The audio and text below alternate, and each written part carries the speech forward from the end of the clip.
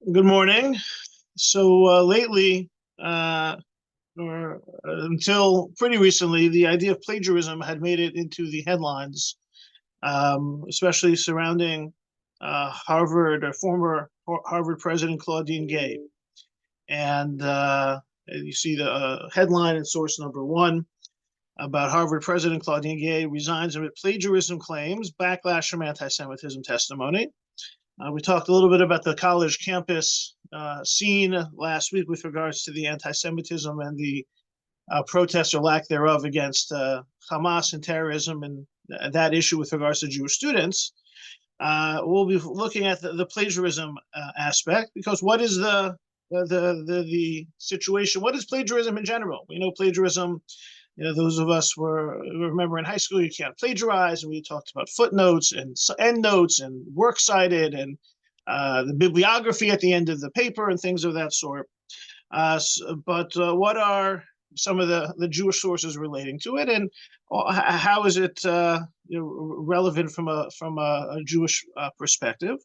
I think that let's take a look at the story or the news, the headline in particular, and go from there. Harvard University President Claudine Gay resigned Tuesday amid plagiarism accusations and criticism over testimony at a congressional hearing where she was unable to say unequivocally that calls on campus for the genocide of Jews would violate the school's conduct policy. Gay is the second Ivy League president to resign the past month following the congressional testimony. Liz McGill, president of University of Pennsylvania, resigned December 9th. Following the congressional hearing, Gay's academic career came under intense scrutiny by conservative activists who unearthed several instances of alleged plagiarism in her 1997 doctoral dissertation. The Harvard Corporation, Harvard's governing board, initially rallied behind Gay, saying a review of her scholarly work turned up a few instances of inadequate citation, but no evidence of research misconduct. Days later, the Harvard Corporation said it found two additional examples of duplicative language without appropriate attribution. Right, so there are all sorts of complexities or pitfalls when it comes to plagiarizing or improperly citing or duplicative language and the like. I have never gone for my PhD or had this in the terms of a dissertation. I do have kids in high school, so this idea of plagiarism comes up, is often a discussion with regards to essays and reports and papers. The whole concept is being turned onto its head with Chat GPT in terms of you could put in the theme question, essay question, whatever it is, into Chat GPT and get a whole response. But let's talk just a little bit about plagiarism. So what is plagiarism? So I plagiarized. No, I went to Wikipedia. You go put in plagiarism Wikipedia, and this is what you see. Source number two. Plagiarism is the representation of another person's language, thoughts, ideas, or expressions as one's own original work. Although precise definitions vary depending on the institution, in many countries and cultures, plagiarism is considered a violation of academic integrity in journalistic ethics, as well as social norms around learning, teaching, research, fairness, respect, and responsibility. As such, a person or entity that is determined to have committed plagiarism is often subject to various punishments or sanctions, such as suspension, expulsion from school or work, fines, imprisonment, and other penalties. Plagiarism is typically not in itself a crime, but like counterfeiting, fraud can be punished in a court for prejudices caused by copyright infringement, violation of moral rights, or torts. In academia and in industry, it is a serious ethical offense. Plagiarism and copyright infringement overlap to a considerable extent, but they are not equivalent concepts, and although many types of plagiarism may not meet the legal requirements and copyright laws adjudicated by the courts, they will constitute the passing off of another's work as one's own, and thus plagiarism. Not all cultures and countries hold the same beliefs about personal ownership of language or ideas. In some cultures, the reiteration of another's professional's work can be a sign of respect or flattery towards the person whose work is reiterated. Students who are from such countries and cultures and who move to the United States or other Western countries where plagiarism is frowned upon may find the transition difficult. So you can go to Wikipedia. You'll see that a lot of this, as is often the case with Wikipedia, it cites where a lot of this comes from. And you can go back to the original sources. But the idea of plagiarism, a few things emerge from this, and then we'll take some other reactions and comments. There's the idea that it is not necessarily a crime. It's definitely a violation of a social contract. That social contract is emphasized differently with different levels of severity in different scenario settings and situations. We have to kind of understand a little bit, is the person who plagiarizes, is it the damage to the person who's being plagiarized? There's a little bit of both and the like. As well as situations, and the Claudine Gay situation is one, back and forth in terms of improper citation, not enough citation. Is there a difference in terms of that something not cited properly versus saying that a certain idea is one's own when it really belongs to someone else? There's different levels of severity when it comes to plagiarism. Thoughts, reactions to the presentation of the issue and the definition of plagiarism, Wikipedia.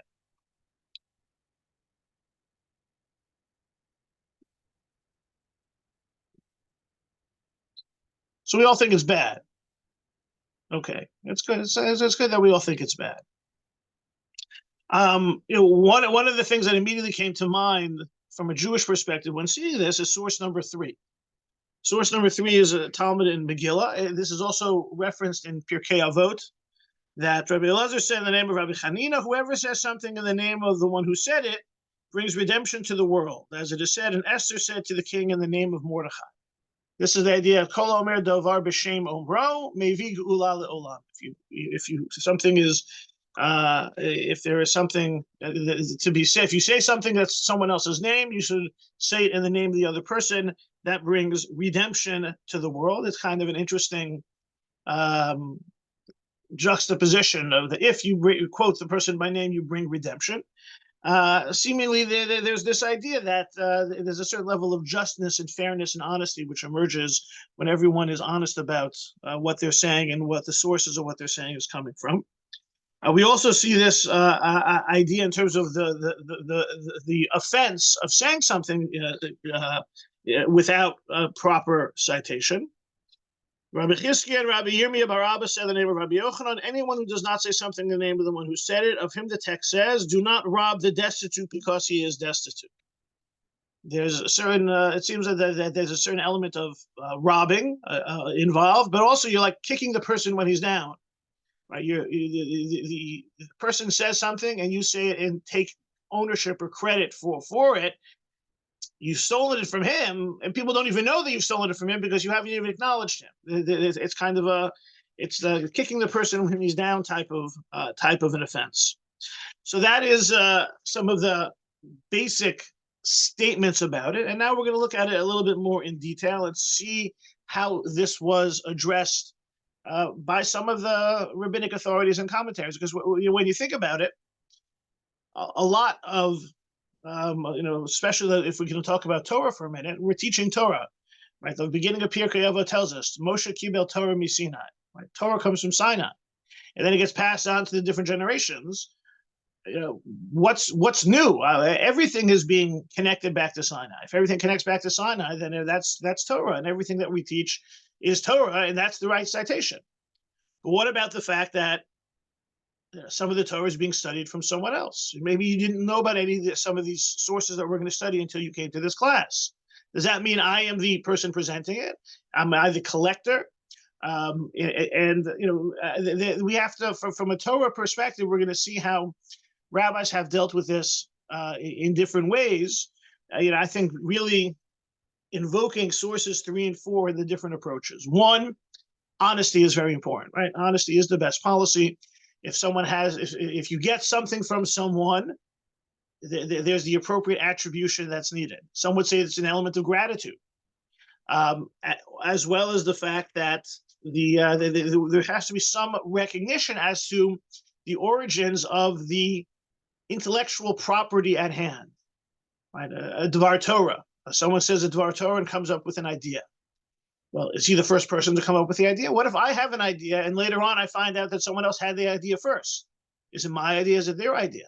It was their idea before mine, but I came up with it without referencing their work. So there's a lot of complexity, and even when it comes to plagiarism, there's the whole, right? There's the idea about if you I guess the blatant high school example I always remember when this lesson was brought home to the students is, don't think that you can take a whole idea from someone, quote one sentence in quotes and put a footnote and assume that you've checked off the box to avoid plagiarism. Right? You properly cited and you quoted something and you referenced it, you used them at work, but there's something to be said about making sure that things are cited properly. And then having been also on the parental side of trying to give guidance to students, my kids who, when they're writing their essays, how to do this the right way, like certain things of Warsaw is a town in Poland that was is a city in Poland that was very Jewish. Okay, I read that in a certain book, but that's a well-known fact, right? There's certain things that there's a certain balance that's involved as well. So let's look at how some of this was approached from a rabbinic perspective. And actually, so to be shame omro, a number of the sources and references that we're going to quote are from an article by Rabbi Yosef Grossman, in an article entitled "You Can't Say That Again: Plagiarism in Halacha." And this is from an organization called the Beis Havad LaHalacha, and they have a newsletter, a website, and you can find a lot of interesting articles on Jewish law from Rabbi Grossman, or based on his teachings online. So he points out something with regard to copyright and plagiarism in halacha. Copyright and its halachic analogs are economic frameworks, right? This comes back to what we saw in the definition of plagiarism Wikipedia as well. Copyright is something economic, and the core concept is permission, i.e. these frameworks establish the right of an author to deny others the right to reproduce his work without permission. Plagiarism, however, is about dishonesty, and its key concept is attribution, i.e. the impropriety of representing another's work as one's own. Plagiarism constitutes a fraud against the author's audience, which is led to believe that the plagiarizer is the author, and usually involves the additional iniquity of depriving the author of credit.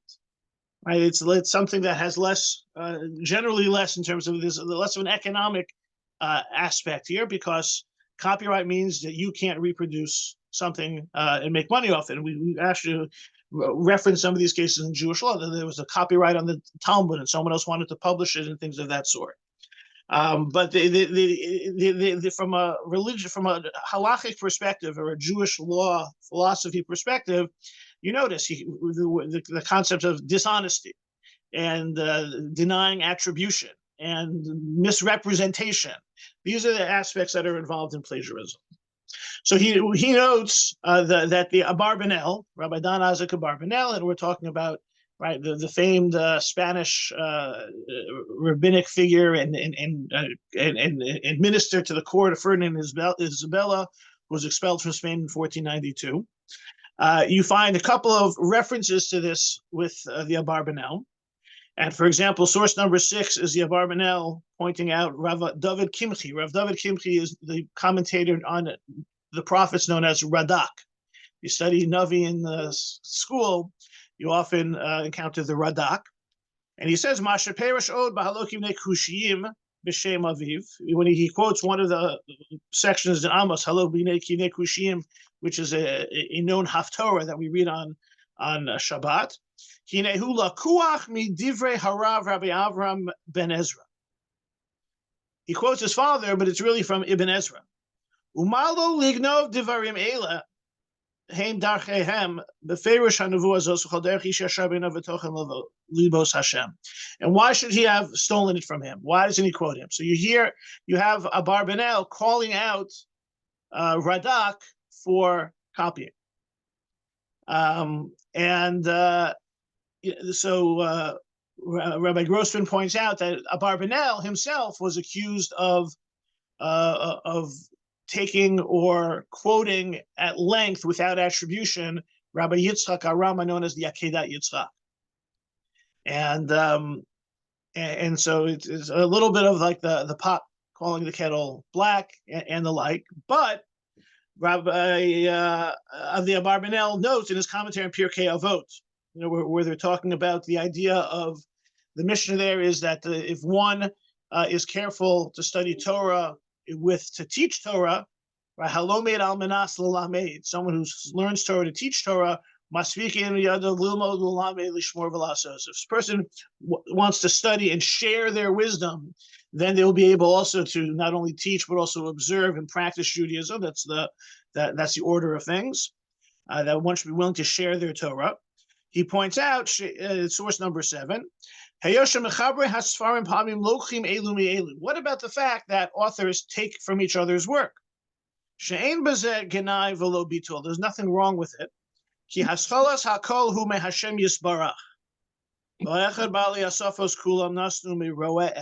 Everything comes from Sinai, everything comes from God, everything comes from one shepherd. And so the Torah is essentially at a certain level in the public domain. So yeah, you have both aspects when it comes to Torah being recognized and mentioned by the Abarbanel. One, you should quote it properly. Two, doesn't matter if you quote it properly because it's all Torah. Thoughts, reactions, or questions, and then we'll go down into a couple of specific scenarios. Yeah. Is this compared anywhere to like Geneva Dat? So correct. So I think that we're going to see a lot of these types of categories of honesty and that this is this is a moral offense rather than a practical legal violation. Genevat dat means is in a certain way you are making others think something, right? That's genevat dat. So if I present something and now you think that the Torah is mine when it's really someone else's, is that genevat dat? So on the one hand, yes, but on the other hand, at least when it comes to Torah, it's more complicated. Now the question is, what about secular studies, right? It's not from roa echad. Passing things off, there, could be different. Also, when will there be certain financial penalties? So, for example, if someone copyrights a sefer, a book of Torah thoughts, and I present it, and I get hired as a guest speaker because I'm presenting your thoughts, it's not just Gneva Dan anymore. I'm costing you money. Or for example, if you publish a play, called Juliet and Romeo, which is a complete ripoff of Romeo and Juliet, there's a copyright violation. There's, it goes further. But Gneva Dan, we'll see some of the other ways it gets understood, and we'll see in particular that this ethical, moral expectation is where a lot of this comes back to, because we're going to see some practical examples of not necessarily financial penalties, but just to look at the next example. The idea? The next example comes from a situation where a person sent around answers to halachic questions that were just taken from the answers that other rabbis gave. So he looked around different books and saw halachic responsa, passed it off as his own. The question was that this individual who passed off the responsa as his own was a sofer, was a scribe. And now the question is, well, wait a second, does that disqualify him from being a scribe if he is passing off others' Torah as his own? And if he's the one who's writing the Torah, is this a character flaw that disqualifies him from being a worthy scribe? And take it one step further, what about the Torahs he's written already? So, is it a problem with the person? And if it's an improper person who wrote his Torah, is the Torah also considered disqualified? Any other questions before? Otherwise, we'll look at Rabbi Chaim Sofer, who's not related to Rabbi Moshe Sofer, but is part of that chain of students from Rabbi Sofer. So let's look at his answer to that question. The bottom line is that although the man has acted brazenly and sinned greatly by perpetrating such an outrage, to clothe himself in garb that is not suitable for him, to steal the Torah wisdom of Gedolei Torah, he is nevertheless not disqualified from serving as a scribe. He should accept upon himself sincere teshuvah for the sin he committed against Hashem and man, and he will repent and be healed. God, the merciful one, is forgiving of iniquity, and the rabbis as well should forgive him, because nothing stands in the way of teshuvah. He should repent. And again, it would certainly say something if the penalty was that he can no longer serve as a scribe, or that the Torah scrolls that he sold were puzzle, and then the people that he sold them, we're not going that far. So this is an offense, but it's not a crime for which there's there's an actionable retribution against him. Do better next time. So, their source number 9, Rabbi Moshe Schick, and we're all talking about authorities in the mid to late 19th, beginning of the 20th century. Rabbi Chaim Sofer, Moshe Schick, 19th century. So, basically, Rabbi Sofer seems to conclude that this is a sin. He stole by misrepresenting himself. Rabbi Schick says, well, this is not stealing. What is it? One who steals Torah insight, says in his own name, that which another scholar has innovated, is prohibited under distance yourself from a false word. Midvar sheker tircha. That's always interesting. The Torah never says don't lie. It says don't give false testimony, right? But it doesn't say don't lie. It says distance yourself from falsehood. Or it's prohibited under Miriam Genevas Das, is what Rabbi Schick says. Deception. Like every form of fraud by which one person defrauds another, similar to ona'ah, fraudulent dealing. There's an offense to sell something for more than its value. There's also an offense to officially to go into a store and ask a lot of questions about a product and not buy it. Right? Window shopping is not a very Jewish thing. Often when you ask about how can window shopping be permissible, often the response is in today's day and age, there's a different type of a social contract. In today's day and age, going into a store and asking about products isn't the same as buying them. It's actually a fascinating development historically. I just came across this the other day. I think it was the 1920s that the first grocery markets became self-serve. Meaning it used to be you would go to the market and you'd have your list and the grocer would put everything together and you would pay for it. Starting in the 1920s, they had this idea. It was actually, you may know the name Kroger, right? The Kroger supermarket chain had the idea of people go in, help themselves, bring it to the cashier.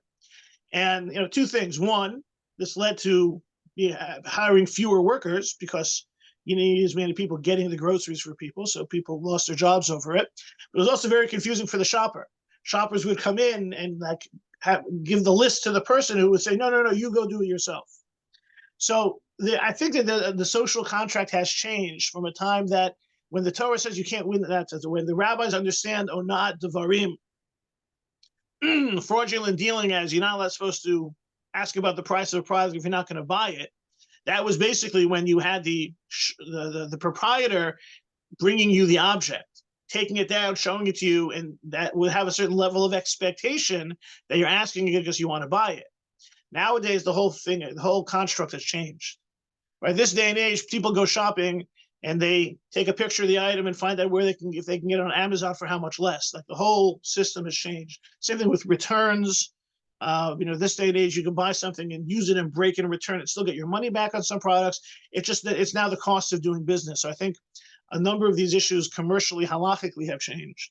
But we're talking about words in a Devar Torah, and Rabbi Schick is saying, applying the term stolen doesn't work for something like this. It's immoral.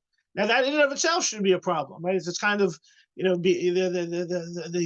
rabbi who would reprimand his students by just telling them it's pasnish, right? You're above this. You should be better than that, and we should be better than that. And the fact that we're not should be enough of a chiding to avoid it. But so Rabbi Sofer says this is problematic from a stealing perspective, but the scribe is still a scribe and the Torahs are still kosher.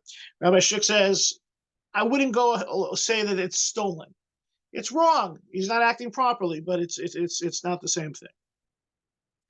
Rabbi Sofer then elsewhere deals with this issue about the benefits in quoting. Right? Why do in the rabbi in the Talmud we even saw it in source number 4, Rabbi Chizkiah and Rabbi Yirmiyah Bar Abba said in the name of Rabbi Yochanan. Where you always have a line of Amar Rabbi, Amar Rabbi, Amar Rabbi.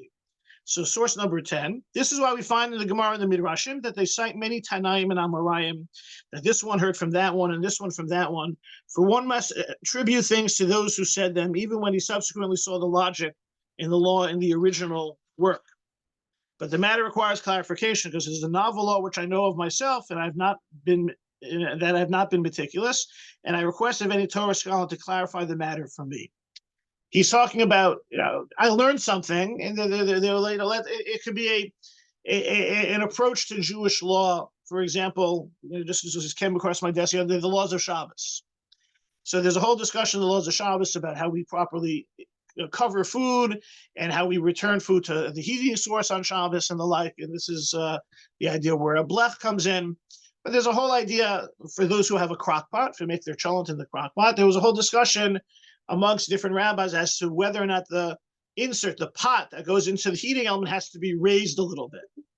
This has to do with the idea of hatmana. For those who are familiar with this idea, you're not allowed to completely wrap something up to add heat to it. So it was mentioned that you want there should be some space between the crock pot heating element and the pot itself.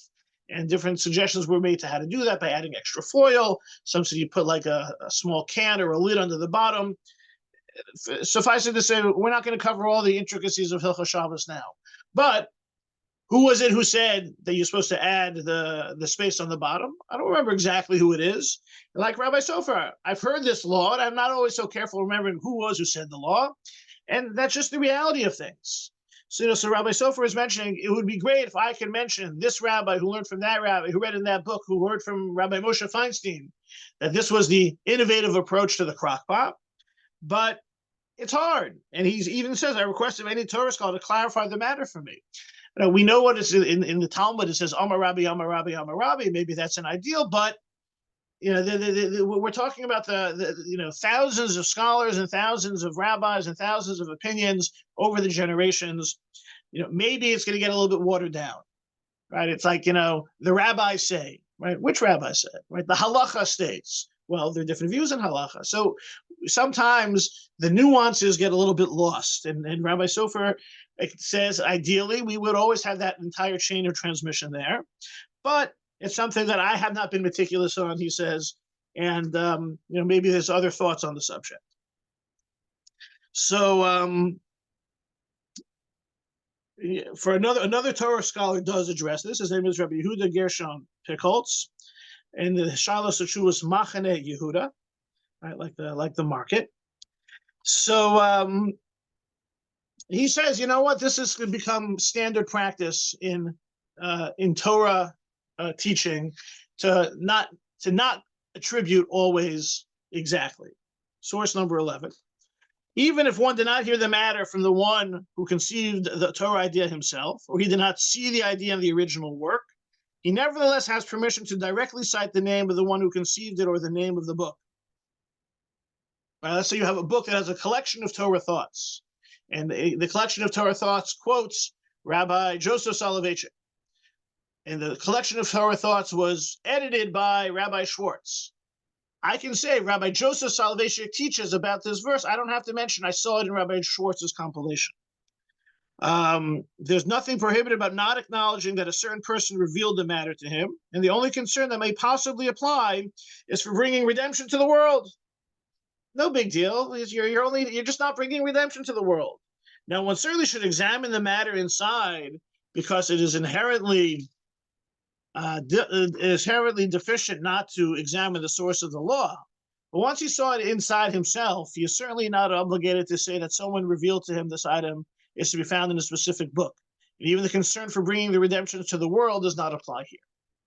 So, for example, if you have, and I think that this shiur is a very good example. I mentioned Rabbi Grossman addresses this subject, has a lot of these sources. I went and looked back to a lot of these sources. So based on this, I don't have to attribute every source and every teaching here to Rabbi Grossman, because Rabbi Grossman quotes sources, and I look up the sources. And the same can be in other methods. If a person hears a shiur from a particular rabbi, and the shiur includes different sources, you can then present the sources without quoting, I heard it in a shiur from a particular rabbi. What's the only thing missing? Well, maybe you're not bringing geula la'olam, maybe you're not bringing redemption to the world, but according to Rabbi Pickholtz here, If you look up the sources yourself, then it doesn't. You essentially now can cut out the middleman. The person who taught you to look to these sources is not critical to be quoted. In a sense, he's saying that there was a time in the Talmud where they mentioned all the rabbis, but now we don't have the same. We don't need the same level of accuracy in terms of in a class on the subject by Rabbi X, Rabbi Y says Z. And even the concern for bringing redemption to the world does not apply here. So you see, there's a little bit of a loosening of the critical need for citing the sources. Again, it seems that the level of specificity in terms of work cited that's being the standard in the academic world, the Torah world doesn't have the same level of it doesn't have necessarily the same level of attribution needed. We want to redeem the world, everyone will do so, but it seems that that would slow down the Torah teaching process to some extent. So you have it's important to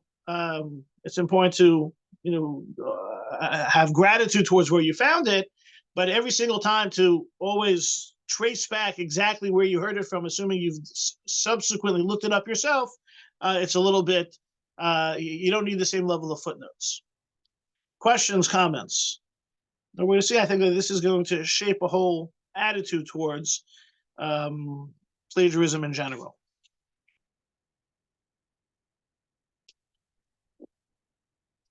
So another example of Torah innovation or work cited. This is we referenced this earlier, source number 12. A Talmud Chacham, a Torah scholar, innovated a Torah idea independently, but subsequently discovered in a book that a great man had preceded him. Is he obligated to say in the name of his predecessor, or may he say it in his own name because he innovated it independently prior to seeing it in the book? Right. This is an expression. Some people you'll say Baruch Shekivanti. It's great that I came up with the same idea, but I said something, and then it turns out 200 years ago another rabbi said the same thing.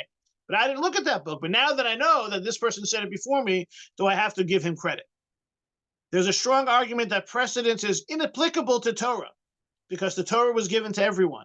And every single Jew, small and great alike, has a portion of the Torah and can bring it to light by his toil in it. Similar to what Barbanel said with regards to the fact that it all comes from one shepherd. But in secular context, where the consideration of bringing redemption to the world applies, certainly, even if the idea was known to him independently, it's obligated to relate in the name of the one who said. You see a distinction being made between Torah, which is given to all, and if you're quoting things in a secular context, that's where bringing redemption to the world applies. So footnotes bring redemption, according to Rabbi Zev Wolf Turbowitz, the way he presents it here. You have to be more careful. It describes, Rabbi Grossman, his article describes a rabbi who was getting very frustrated because he kept coming up with great ideas that everyone told him were found in the book called the Shagas Aryeh. And he's like, is it enough already with the Shagas Aryeh? He seemed to be having the same wavelength as the Shagas Aryeh, but everything he kept saying was already said by the Shagas Aryeh. He was getting a little bit disillusioned that if I have to give the Shagas Aryeh credit for everything I'm saying, then what have I innovated? So Rabbi Zev Wolf Turbowitz is saying, no, Torah, you come up with it, you say it, it's yours. You innovated, it's yours. Someone else said it previously, doesn't matter. You're in your Torah lane. But when it comes, as he says, to secular context, that's where maybe Geula, the Olam, comes up. That's where we have to be more careful in terms of works cited. And then Rabbi Chaim Chizkiyahu Medini in his Stei Chemed, also we're talking about late 19th, early 20th century, points out today, the general practice in all these sorts of situations is to preface Torah novelty that one is innovated independently with the phrase, it appears to me, or the like. In Hebrew, that expression is nirel omar, or nireli. And if anyone has ever looked at a lot of books of Torah commentary, or halacha, or Talmud commentary, over and over again, you see the Hebrew letters nun lamed, nirel omar, or nireli. And on some level, this basically is a catch-all acknowledgement that this is what seems to me based upon everything else that I've learned until now. And if he subsequently sees the idea in a work that preceded him, he goes back and say, I subsequently found this such and such work. or the equivalent. By doing so, he fulfills the requirements of repeating something in the name of the one who said it. You'll also be saved from the fire judgment of Gehenna, which is the punishment of one who steals Torah and Avaleh of others and wraps himself in a talus that is not his, regarding which the scholars of Musa have discourse in length. May Hashem save us from this. There's a certain, now we'll say, Nira Lomar. It makes sense to say here. It makes a sense here. This is how I'm coming at it. This is how I'm coming at it based on what I've learned, everything before me. In a way, this is almost like the one footnote at the end of the article that's covering everything. And a lot of that comes from the recognition that, on the one hand, citing properly is a value, while recognizing that Torah is Torah and everyone's talking about it. It's easy to lose sight of where it originally comes from. And then we have that additional aspect of Rabbi Turbowitz in source number 12, who does make a distinction between Torah and secular. Now, part of this idea in terms of, in terms of maybe a little bit of a weakening of the exactness, precision in citing what came before, may have seeped into a general Torah world culture. And this has to do with source number 14. This was a headline some almost 10 years ago. Rabbi rules copying work in university is permitted in Jewish law. So a prominent Haredi figure in Cholon, Chief Rabbi Avraham Yosef, from the famous Rabbi Ovadia Yosef family, one of his sons, gave approval this week for copying university work from someone else in an online form of questions and answers in Jewish law. My friend needs to submit university work. She took the work from someone else and asked me to change the wording so that the work will not look the same. Is it permissible for me to help my friend to reword the work? So Yosef gave a brief response. It is permitted. It is fulfilling the commandment of bestowing kindness, especially if she has a good command of the material. So in a certain sense, there was this led to the whole brouhaha, because let's face it, anytime you have religion in the public sphere and there are certain personality clashes, this sounds a little bit, on the one hand, you're saying you change as long as she has a good command of the material. Who has a good command of the material? I know it, but I want someone else to do the work for me. The other person who's doing the work for me has a good command of the material. You're changing it a little bit. It's not exactly the same, but there does seem to be that work is being presented that was someone else's without saying that it came from someone else. And there seems to be a little bit of there seems to be kind of this flattening of the intellectual realm. Maybe no harm, no foul. Maybe it's there's no new material, new ideas being presented. It's just it's just an answer to a question. It's like a Torah thought that's out there. Again, a little bit fast and loose, but I think that what we have seen, at least when it comes to Torah and plagiarizing, it's a virtue. At the same time, when it comes to certain types of material, especially Torah material, we're going to be a little bit more flexible and not as exacting and always quoting. Someone who passes off the work of others, it's not right, but it's not an actionable offense. And we're sensitive that there's so much Torah out there and everyone's studying Torah that as long as the person who is presenting does their due diligence and does their research and looks into the sources, it isn't just reading someone else's class and passing it off as their own, then there's a little bit more flexibility, because the Torah comes from one shepherd is given to all at Sinai, and that can sometimes loosen the exactitude when it comes to this proper citation. And in a certain sense, it's analogous to what's out there in terms of Cliff Notes and Sparks Notes and now ChatGPT, where this kind of the material is out there, and it's not. I'm not stealing it from someone else. It's just being presented. It's just out there. Things have definitely changed. Maybe it's a little bit analogous to what we said before in terms of the ona'ah, in terms of the window shopping. The social contract of it all has changed. The social contract within teaching Torah maybe has always been different, and maybe that's seeping into some of the ways that people might be looking the other way. Alas, coarsening the level of exactitude in terms of citation in the larger world, the way it was in this Rabbi Yosef article. Again, I don't know what he says today. I don't know how it resolved, but it's just interesting that within this lessening of the being exact, we encounter it as well in terms of permission to copy someone else's homework to some extent. So what this all says for what this all says about for the future of Claudine Gay. I'm glad she's out. Let's we can focus on the anti-Semitism. I'm no expert on the works cited, but it does seem that the way this plays out in the academic world in terms of being more precise and requiring more citations is a little bit different from how it's presented in terms of from a quoting Torah type of a situation. So I think that more important is I think that the way it was referenced that we're bringing Geula to Olam. I think in a world like ours, finding a way to bring Geula to Olam, redemption to the world, whatever way possible, is probably a good thing. If this means quoting people more, Harei Zeh Meshubach, all the better.